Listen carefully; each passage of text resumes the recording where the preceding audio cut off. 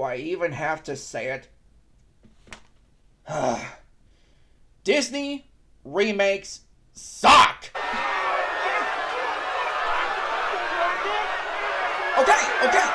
Okay. Let me explain. Most of them ruined the nostalgia aspects for me. Some, like The Jungle Book, managed to surpass my expectations and make this the only Disney live-action remake that I thoroughly enjoy. I sort of want to make a nostalgia world-long video about how much I adored this story, but it'll be a long way off before we get there. Speaking of stories, the company has managed to ruin another one. This time, it's Lilo and Stitch. Released back in 2002, this is one out of the two animated movies that I still have fond memories with after seeing it in theaters for the first time. While it does deliver a message about family, both the animation and voice acting are just brilliant. Highly recommended for kids and adults alike.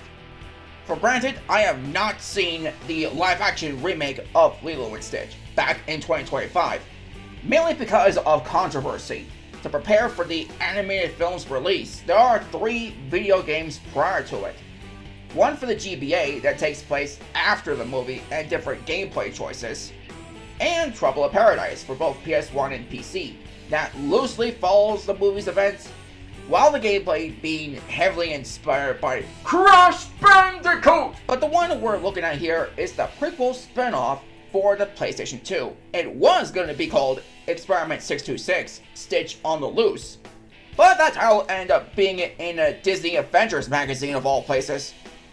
It was developed by High Voltage Software, a game company with questionable IPs since 1995.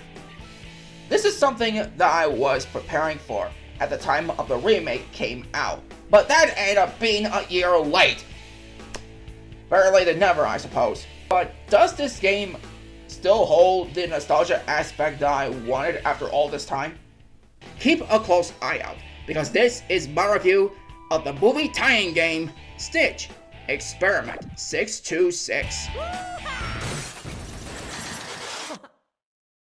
The story can be confusing for many people, leading to controversy about how the plot should be presented. After thorough research, it turns out that this game was retconned prior to the direct-to-DVD sequel, Stitch Has a Glitch. The reasons for this change was unclear, and many people were concerning why. But the original game's story provided some interesting developments.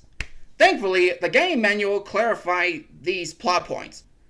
The game's narrative begins with the creation of Experiment 626, which also can be seen in the sequel's flashback. However, in this story, Jumba is not alone.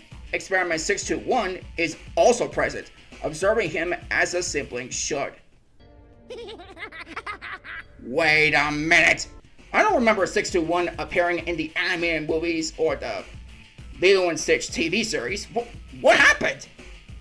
Well, a closer look at the end credits for Leroy and Stitch reveals that he is briefly mentioned. Lilo even named him Chop Suey, which makes sense that he isn't left out of the playing field after all that time. Goes to show that the game isn't completely retconned after all. Meanwhile, Jumba's arch nemesis, Dr. Habit Trail, is working on his own mutants, believed to be more powerful than Jumba's creations. You must find this mutant and deal with him.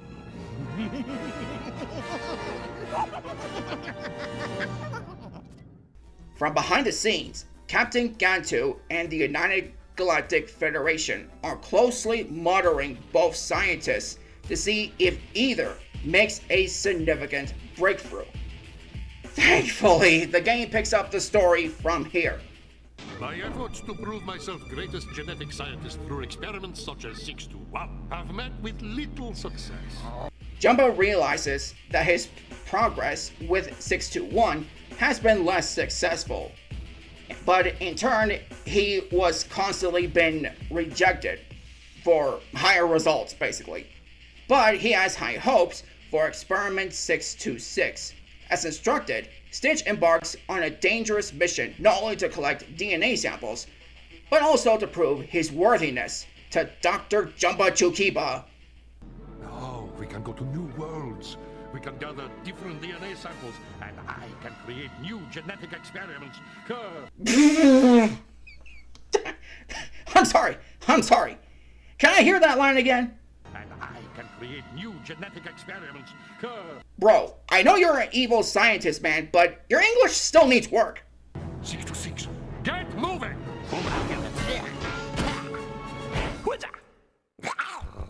The goal of the game is to collect DNA samples for Jumba. The blue samples are worth 1 point, but the red samples are worth 5. The red DNA are worth extra to me, 626. Watch out for them. There are 50 DNA samples in each area in order to go for 100% completion. You have enough DNA to continue if you wish. But you'll only need a certain amount of samples in order to progress through the story. Most of the time, they're easy to spot. But in others, they could be either hiding in objects or in areas that are difficult to reach normally. But once you get used to the controls and destructive habits, you should be able to grab enough samples in no time. All of them if lucky. Good work! You've gotten all the DNA here. There are communicators scattered across all levels. Most of them, Jumba was able to grant you some advice on your journey, but sometimes the messages are just pointless. Do I look fat in this? Bro, what? On rare occasions, the villains themselves appear on the comm link, making you question, how do they gain access to our systems? Or, what are they doing here? Whatever you do, don't look up. Sadly, the game never explained any of that. Who's that poking around my cliffs? Since the start of every mission, Stitch is equipped with one blaster. You have to defeat enemies or blast objects to retrieve more of them. With each additional blaster equipped, your accuracy increased. But on some occasions, should the enemy get the jump on you, or should you run out of health by that guy, you lose that blaster and you'll have to search for another one. However, if you find all 4 blasters, you'll be able to blast everything like a rapid-fire Gatling blaster barrage until nothing remains. In some areas, players can access different equipment throughout the journey. One example is the grapple gun. On the grapple gun. Use it to swing your way around the world. With this, you can swing across obstacles like terrains to get across. My only issues with this gadget alone are the limited reach and the camera control while using it, especially when trying to get every DNA sample. The grapple gun's reach is giving me a hard time as a result, leaving me to despise some of the level design choices the game have in store for me. The jetpack is honestly my favorite gadget out of all of them.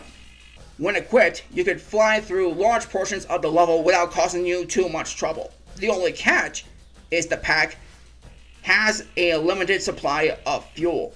But thankfully, each ring you pass automatically refuels it, allowing you to keep going for a short time. If you fail to pass through a selected ring or run out of fuel, you'll have to restart at the last checkpoint, which is not too bad, just as long as you know where to go. And I honestly felt this is a good change of pace from all the destructive habits the game throws at you. There are 2 different types of weapons that can be used aside from the blasters. One of which is the freeze ray. Despite its limited shots, the ray can turn enemies stone cold. Yeah, you thought I was gonna say frozen, but nope, not today. After that, it's just a question, should you rather shatter them into pieces with a blaster shot, or pick them up as a projectile with your bare hands? The other type of weapon is simply known as the Big Gun, despite its lack of a clever name, which I normally would prefer. This rocket launcher shares its limited rounds like the freeze ray, but it could shoot its heat-seeking rockets the weapon has locked onto. Very effective against the heavy troopers that also given me some trouble in my playthrough. Despite the lack of health upgrades, the game does supply you with alien tools, which look like molten chicken legs for some reason, I don't know why. But grabbing one will restore a portion of Stitch's health. Look, an alien toe. Your hypermetabolism will heal your wounds in no time. Throughout the game, you'll come across multiple transporters in all levels, aside from boss battles. Running into one of those will activate it, saving the last position you are in. Should you run out of health for any reason, you'll respawn to the last transporter you activated.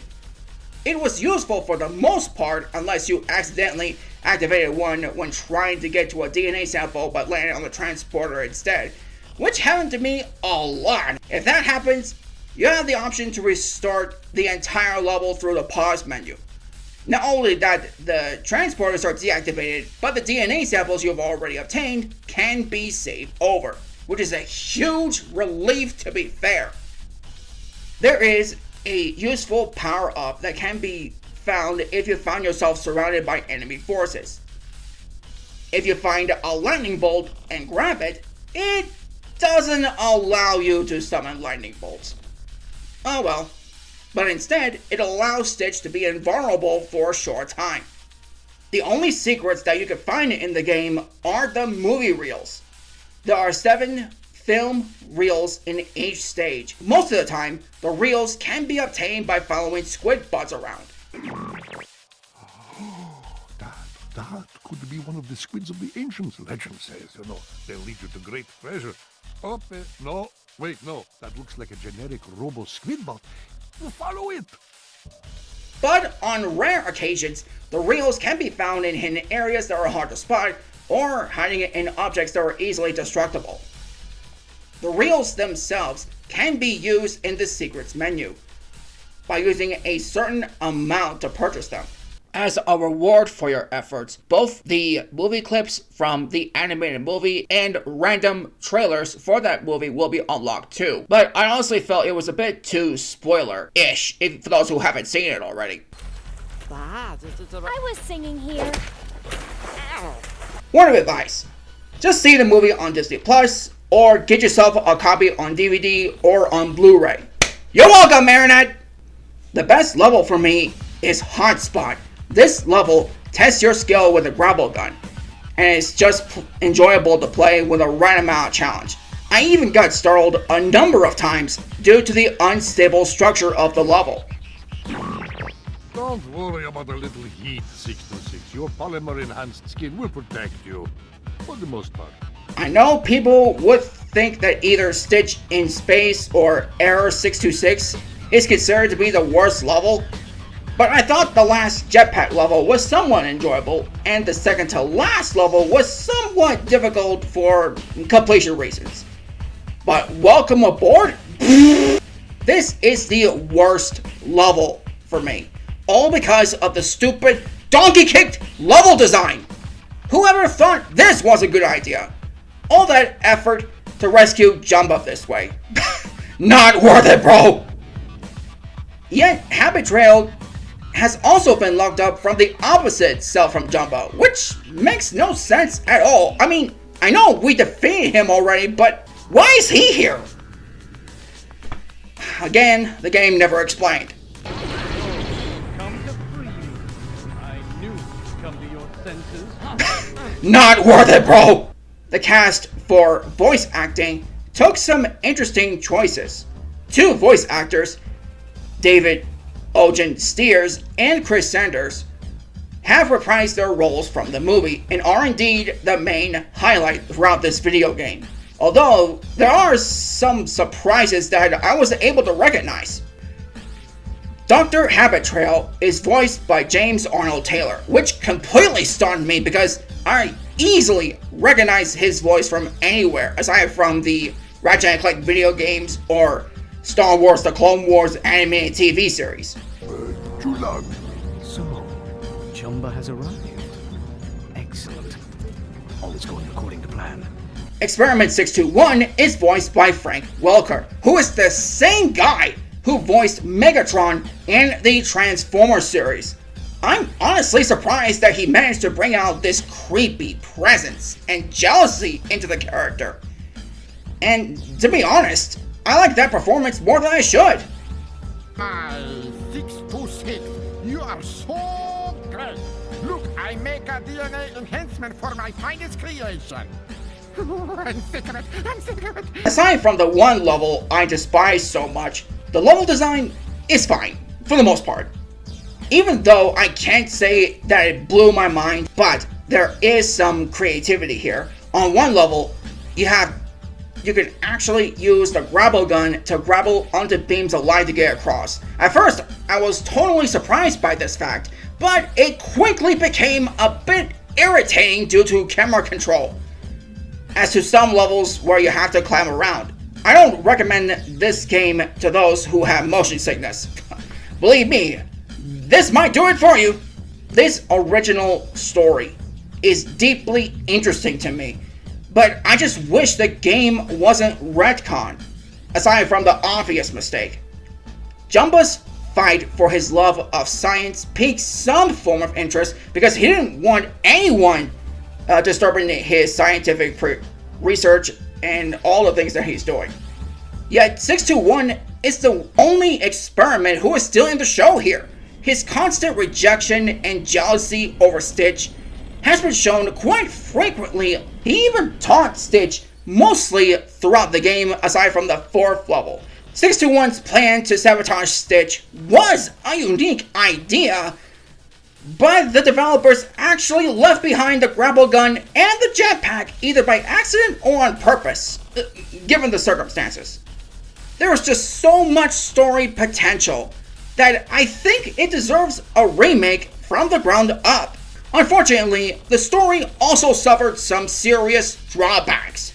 Dr. Habitrail's obsession to be better than Jumbo was a clever idea, but it wasn't explained properly due to the limited development time. Gantu was there as well, but he was just doing his job, and again, being underdeveloped. I knew that's what the animated movie is there for on Gantu's part, but the story here also feels too rushed. I can understand that High Voltage Software is trying to make a short game just to prepare people for the animated movie back then, but some part of me was underwhelmed by it. Heck, Ratchet & Clank did a better job clearing the story structure, and that's just the amount of time that they have been given. Might as well just get this one out of the way right now. The obvious mistake that this game has caused is the camera control. I've encountered this mistake on the first level while climbing onto some obstacles. The camera's sensitivity was proven to be too driven and mainly focused on Stitch's back. When soldiers or enemies showed up, the camera hardly locks onto them unless you point the camera towards them. Lastly, when jumping on bouncing pads, the camera quickly followed towards the ground instead of keeping it straight. This issue has caused many players a hard time, myself included. Despite completing mission objectives, you won't be able to keep the weapons you have already obtained. Even the extra arsenal in your hands is out of the question, meaning you have to start the mission you enter, you have to look for them to be more powerful. Again! I know that the developers trying to build a power conflict in terms of gameplay, but this step is unnecessary. Once you use all of the film reels to unlock everything, you'll have only 9 reels left over, yet there's nothing else to unlock. This is seriously confusing me because I thought for sure that there's going to be something that I'm missing here. Aside from that, there is no completion bonus once you've done everything here. Yeah, not much to say about that, huh? After all that is said and done, what's my take on Stitch Experiment 626? It's mostly fine, but man, this is so flawed as a tree stump that is too stubborn to pull out. I am not kidding about this one. It has so much potential to make a great video game, but at the end of the day, and I quote, all I see is a broken promise. Well, I have played games worse than this. This is something that I don't want to play again because it has given me a hard time to enjoy myself. Casual players should definitely skip this one. But as a kid's game, if they can handle the nostalgia aspects, gameplay, and handling the lack of camera control, kids should have a good time more than I did.